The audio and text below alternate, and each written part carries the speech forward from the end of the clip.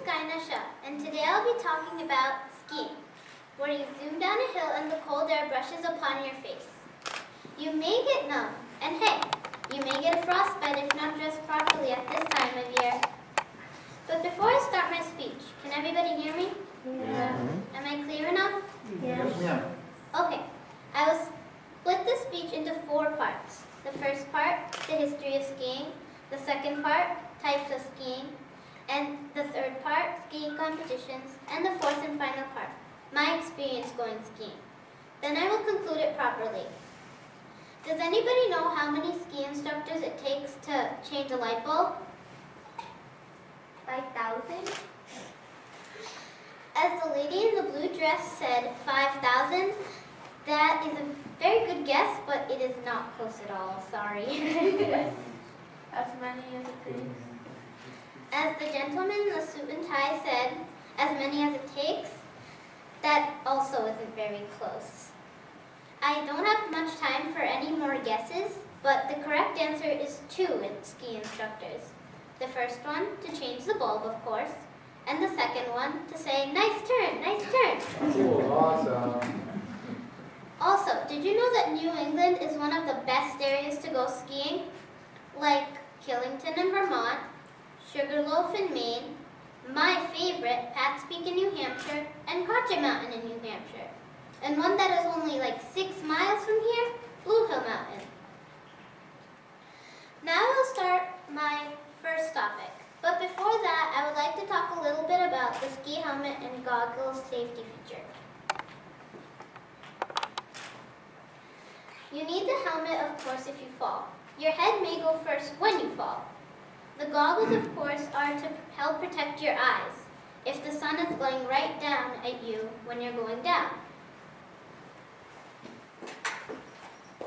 Now I will start my first topic, the history of skiing. Going back until after the last ice age, Stone Age hunters strapped long pieces of wood to their feet to transport faster in the thick snow. Then in the 18th century, the Swedish army trained and competed through skis. Most skis were invented in Norway, like the cambered skis or bow-shaped thin skis were invented in Norway by ancient wood carvers. Then, 32 years later, in 1882, hickory skis were invented. Hickory skis are rugged skis and are hard to build with traditional hand tools. I have a couple of pictures of cambered skis and hickory skis.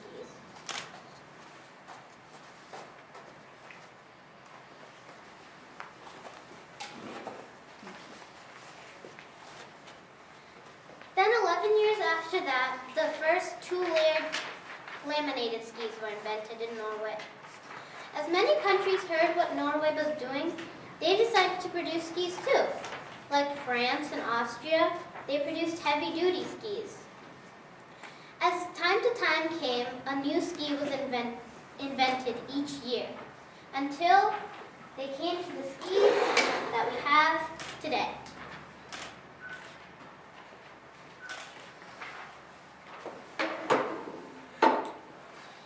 Now I will move on to my second topic, types of skiing.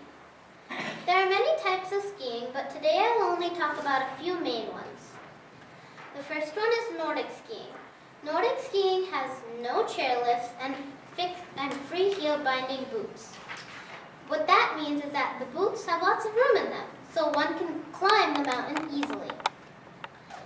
Then there is alpine skiing. Alpine skiing is the one we do today.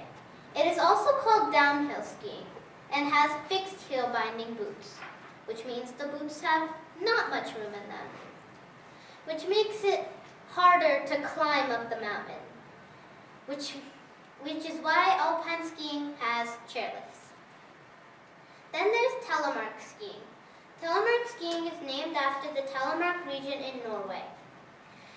It is a combination of Nordic skiing and alpine skiing, as I spoke of before. Then there's freestyle skiing. Freestyle skiing is anything from aerial skiing to mogul skiing. Now pay attention. This one's the dangerous type of skiing, called aerial skiing. One goes off of ramps and does tricks, with no poles, with absolute no falling. If one falls, they say, goodbye skiing, and hello hospital. Some people don't even do regular skiing, so imagine how they would react to this type. Then there's mogul skiing. Mogul skiing is a type of alpine skiing, or downhill skiing, except over lumps of packed snow, not over thin snow that you can just zoom down off of. Then there's cross-country skiing, where there's a snow-covered terrain with a path that you cross with your poles. Now I'll move on to my third topic, skiing competitions. Now I'm sure all of you have heard about the Winter Olympics and that there are skiing competitions in there. There are many competitions, such as the Alpine Downhill. The Alpine Downhill is where two contestants just zoom down the hill, and they are judged on their time to win the medal gold. Then there's Alpine Super G. Alpine Super G stands for Alpine Supergiant Slalom, which means that one is tested on turns at a designated area with flags.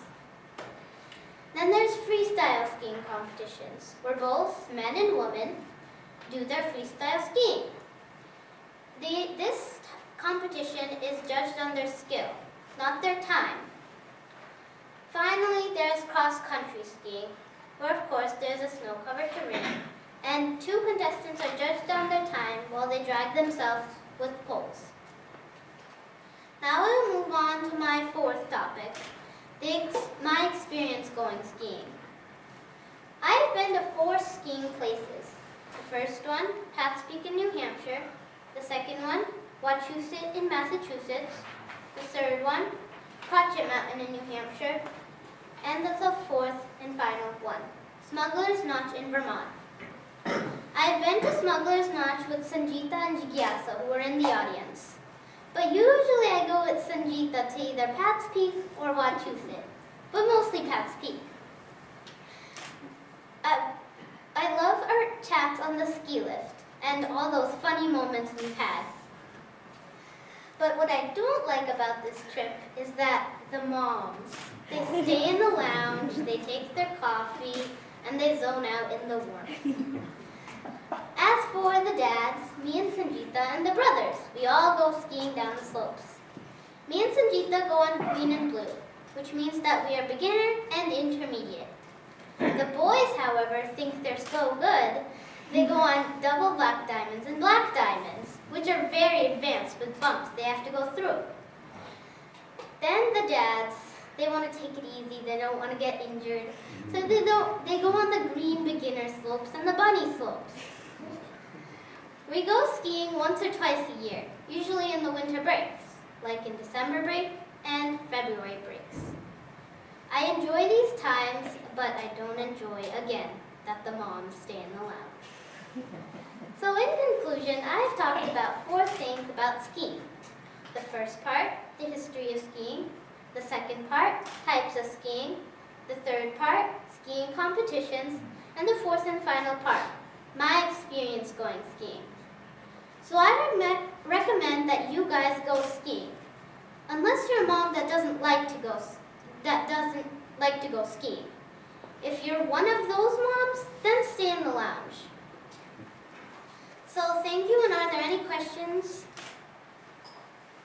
If your mom did go skiing, what level do you think she'd be on?